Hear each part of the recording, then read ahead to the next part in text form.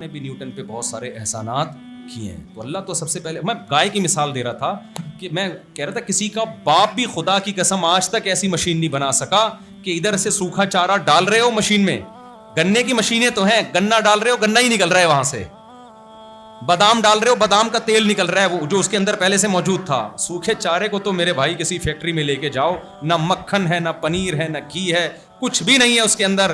اللہ کہتا ہے قرآن میں ان لکم فی الانعام لعبرہ, چوپایوں میں عبرت کا سامان ہے, ڈاروین کی باتوں میں مت آنا. بھینس تمہیں گواہی دے گی, گائے بتائے گی میرا کوئی خالق ہے, میں خود بخود نہیں بنی ہوں. گائے بتائے گی تمہیں, شہد کی مکھی بتائے گی. تم پوچھ رہے ہو ڈاروین سے جو خدا کو بھول کے بیٹھا ہوا تھا, تو تمہیں گائے بتائے گی. نسقیکم مما فی بطونہ, اللہ کہتے ہیں اس کے جب سوکھا چارہ کھاتی ہے نا, تین چیزیں بنتی ہیں, تین چیزیں. ہماری جو مشینری ہوتی ہے نا, بادام ڈالو گے تیل نکال کے دے دے گی بس, اور کچھ بنے گا اس سے؟ پاور کے لیے الگ بجلی چاہیے, تار چاہیے, ایک مزدور چاہیے, میکینک چاہیے جو اس کی مینٹیننس کا خیال کرے, اس کو دھوئے واش کرے. 20 قسم کے مزدور لگے ہوں گے ایک مشین کو سنبھالنے کے لیے.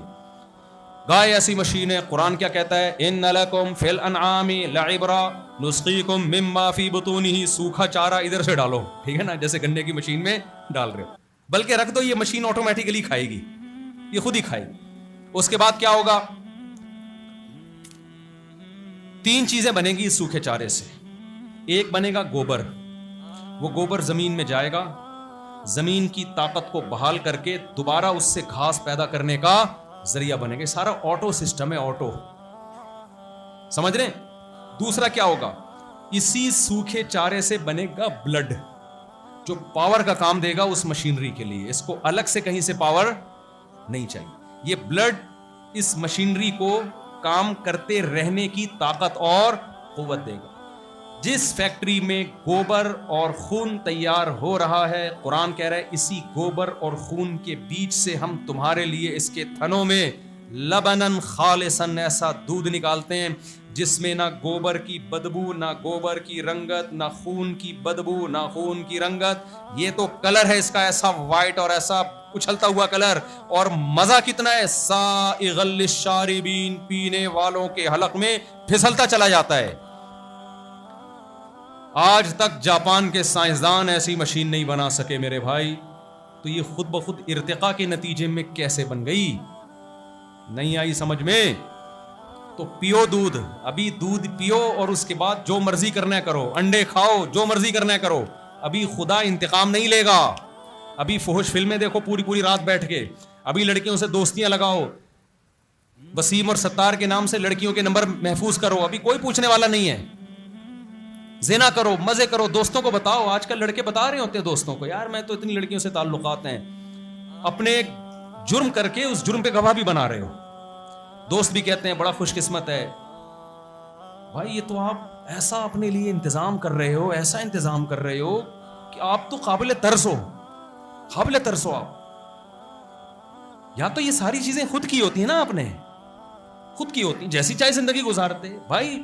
یا انکار کر دو خدا کا, کس نے کہا ہے؟ دنیا میں بہت سے لوگ نہیں مانتے خدا کو, تو اللہ نے آپ سے نمٹنا ہوگا, خود ہی نمٹ لے گا. مانتے ہو یہ خود بخود نہیں ہو سکتا, یہ کسی نے یہ نعمتیں دی ہمیں, تو میرے بھائی جس نے دی ہیں اسی سے پوچھنا پڑے گا کہ اللہ تو ہم کو اتنا پروٹوکول کیوں دے رہا ہے, کیا مقصد ہے اس کے پیچھے؟ اگر کوئی مقصد نہیں ہے تو ہمیں بتا دے, ہم لائف کو انجوائے کرتے ہیں. لیکن قرآن جگہ جگہ کہہ رہا ہے کہ ایسا نہیں ہے. وما خلقنا السماوات والارض وما بینہما باطلا, میں نے اس نظام کائنات کو بیکار پیدا بولو نہیں کیا, ایسا ہی پیدا نہیں کیا. اگر ایسے ہی کیا ہوتا تو جیسے چاہو زندگی گزارو, ایسے ہی گزار لو. کیا خیال ہے بھائی؟ خدا تو کہہ رہا ہے کسی مقصد کے لیے. وہ مقصد کیا ہے؟ وَسَخَّرَ لَكُم مَّا فِي السَّمَاوَاتِ وَمَا فِي الْأَرْضِ. اللہ کہہ رہے ہیں پوری کائنات کا ایک ہی مقصد ہے, انسان کی خدمت. پوری کائنات کا مقصد کیا ہے؟ ہر چیز کا مقصد اللہ نے ایک آیت میں بتا دیا. پوری کائنات انسان کے سوا کس کے لیے بنی ہے؟ بولو, انسان کے لیے. انسان کے علاوہ جتنی مخلوق کس کے لیے بنی؟ بول لو نا یار, میرے اور آپ کے لیے. وَسَخَّرَ لَكُم, مسخر کر دیا. تبھی تو انسان چاند پہ جا رہا ہے, آسمانوں کی سیر کر رہا ہے, اور کہیں رکاوٹیں نہیں آ رہی اس کے, سمندروں کی تہ میں گھس رہا ہے, کیا نہیں کر رہا. شادیوں کے علاوہ سب کام کر رہے ہیں. سب کچھ مسخر کر دیا کس کے لیے؟ ہمیں پرمیشن دے دی جانور کو کاٹ کے کھا جاؤ، ورنہ حقیقت میں یہ ظلم ہے. ایک ایتھیسٹ نے اعتراض کیا کہ یہ مسلمان بقرعید میں اتنے جانور کاٹ کے کھا جاتے ہیں، ظلم کر رہے ہیں جانوروں پہ. میں نے اس کا جواب دیا، میں نے کہا ہم تو کاٹ کے کھاتے ہیں، ہم کی خدا کو مانتے ہیں، خدا نے پرمیشن دے دی کہ اس کو میں نے پیدا کیا، گائے کو کاٹ لے. تو کس بیس پہ کھا رہا ہے گوشت؟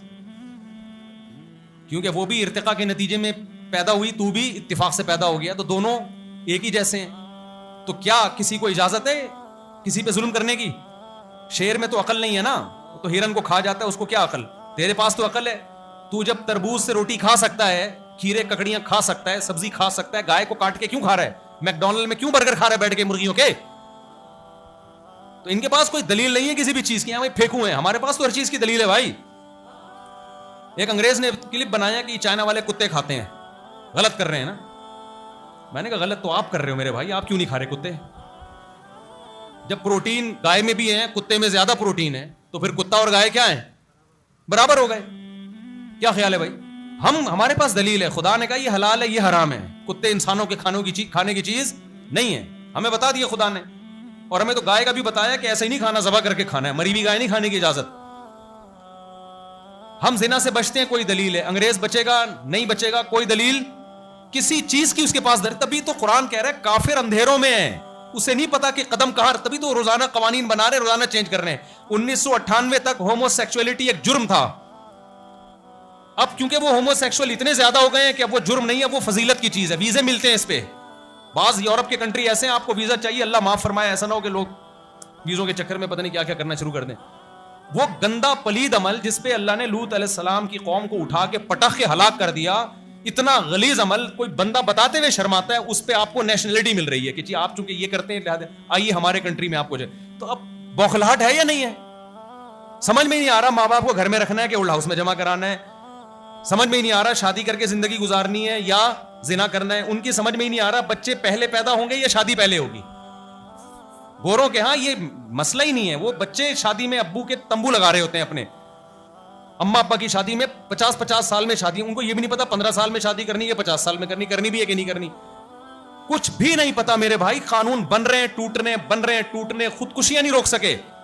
خودکشی اللیگل ہے یا لیگل ہے یہ بھی نہیں پتا. بعض ملکوں میں خودکشی لیگل ہے. وہ کہتے ہیں ایک آدمی نہیں زندہ رہنا چاہتا تو ہم اس کی لائف میں کیوں دخل اندازی کر رہے ہیں؟ اب سمجھ میں آ رہی ہے کہ نہیں آ رہی ہے؟ لہذا ان ملکوں نے خودکشی کو لیگل کر دیا کہ یار ایک بندہ نہیں زندہ رہنا چاہتا تو انسانی ہے نا، ہیومن رائٹس. بعض نے کہا نہیں بھائی یہ تو نہیں ہے، ایسا تھوڑی کہ مر جاؤ یار، یہ تو آدھے آپ بندہ ہی نہ مر جائے کہیں.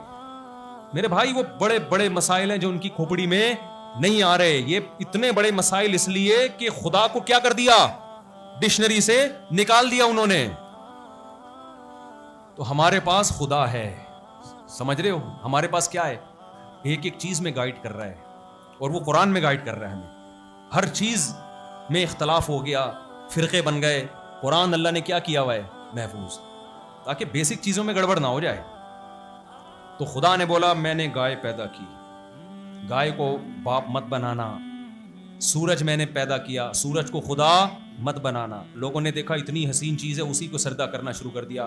اللہ کہتے ہیں یہ سب میں نے تمہارے لیے بنائی ہے، تمہارا غلام بنایا ہے. آقا اپنے غلاموں کو سجدہ نہیں کرتا. گائے دودھ دے گی، اس کا تم پر احسان نہیں ہے، میں نے اس کام میں تمہیں ملازم دیا ہے. جب تک دودھ دے پیو، جب بوڑھی ہو جائے کاٹ کے کھا جاؤ، ورنہ ظلم ہے یا نہیں؟ اب سوراب گوٹ میں ہم بھی تکے کھائیں ہم نے جا کے. بھینسیں دودھ دیتی ہیں، دیکھو ماں بھی دودھ پلاتی ہے. بڑھاپے میں اپنے دودھ کے تانے دیتی ہے کہ نہیں دیتی؟ ذرا سا آپ ظلم کرو، ماں کہتی ہے دودھ نہیں بخشوں گی. آدمی ایک دم غیرت میں آ جاتا ہے یار. حالانکہ ماں سے زیادہ دودھ کس نے پلایا ہے؟ بولو نا، بھینس نے. بلکہ ماں بھی آج کل بھینس کا دودھ پی کے پلا رہی ہے. شادی شدہ آدمی کی بیوی جب بچوں کو فیڈ کراتی ہے نا، تو وہ 1 کلو فیڈ اگر کرا رہی ہے تو وہ شادی شدہ کا 4 کلو دودھ کا خرچہ مرد کا بڑھ رہا ہے. ڈاکٹروں نے لکھ کے دیا ہوا تو آپ دودھ پیئیں گی تو دودھ پیدا ہوگا. وہ کہتا ہے یار جب ڈائریکٹ اللہ نے تو ہی پلا دیتا ہے، اللہ پہ صحیح ہے نا، ڈائریکٹ بھینس ہی کا لگوا دے. اتنا مسئلہ ہے نہیں جتنا بنا لیا ہم لوگوں نے. یہ سب نیچرل ہے میرے بھائی، سب نیچرل ہے. اس میں زیادہ ٹینشن نہ لیا کرو کہ اب یہ کھلانا پڑے گا تو دودھ کے چشمے جاری ہوں گے. ایسا کچھ نہیں ہوتا. نارمل جیسے لائف گزر رہی ہے یہ تو نیچرل ہے نا. تو سب میں ایک ہی جیسا حساب کتاب ہے. خیر، تو لیکن خوراک اچھی رکھو, ایسا نہ ہو کہ کنجوسی پہ اتر آؤ. تو میں یس کر رہا تھا, زیادہ دودھ کون پلاتا ہے؟ بھینس. ہونا یہ چاہیے کہ جب ساری زندگی اس سے دودھ پیا, اب جب وہ دودھ دینا بند کرے گی تو بھینس کو ہار پھول پہنا کے بٹھایا جائے گا, ایوارڈ دیے جائیں گے اور اس کی سیوا کی جائے گی, اس کی خدمت کی جائے گی.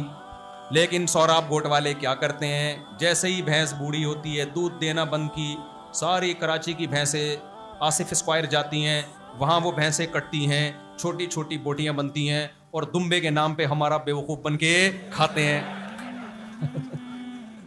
وہ بھینس کہے گی کم وقتو, اگر میرے یہ حشر کرنا ہی تھا بڑھاپے میں تو کم از کم لیبل تو بھینس کا لگاتے. وہ کہے گی نا کتنا دھوکا ہو رہا ہے میرے سے, کم از کم میرے پہ ترس تو کوئی کھاتا ہے نا, اس نے ساری زندگی دودھ دی, اب ہم کھا رہے ہیں اس کو, ترس کھا رہے ہیں دمبے پہ, کٹ کون رہا ہے؟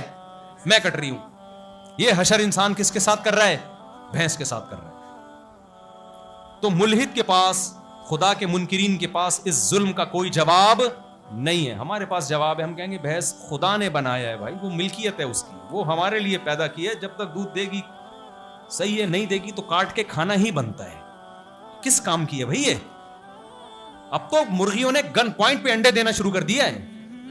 انسان کو کنٹرول اللہ نے دیا نا, پہلے مرغی اپنی مرضی سے انڈے دیتی, ایک انڈا اگلے دن دیکھ رہے ہیں آ رہا ہے کہ نہیں آ رہا, آ گیا ٹھیک ہے, نہیں آیا تو یار باجرے کے پیسے کیا ہو گئے, ضائع ہو.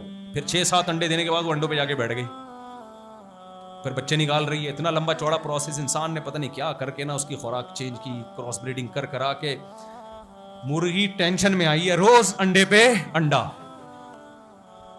انڈے پہ انڈا, ناغا ہی نہیں کرنے دے رہے اس کو, ہڈیوں کا جوس نکل گیا اس کا انڈوں میں. صحیح ہے, جس دن انڈا دینا بند کیا اس دن ذبح کر کے کھلا دیا. تو وَسَخَّرَ لَكُمْ, اس پوری کائنات کا مقصد کیا ہے؟ میری اور آپ کی خدمت. اب سوال آ گیا ہم کس کام کے لیے ہیں؟ تو اب ہمارے 2 ہی کام رہ گئے, یا تو پیڑے کھانے کے لیے یا ہم آزمائش کے لیے ہیں. ہمارا امتحان ہے, وہ امتحان کیا ہے وہ قرآن بتاتا ہے.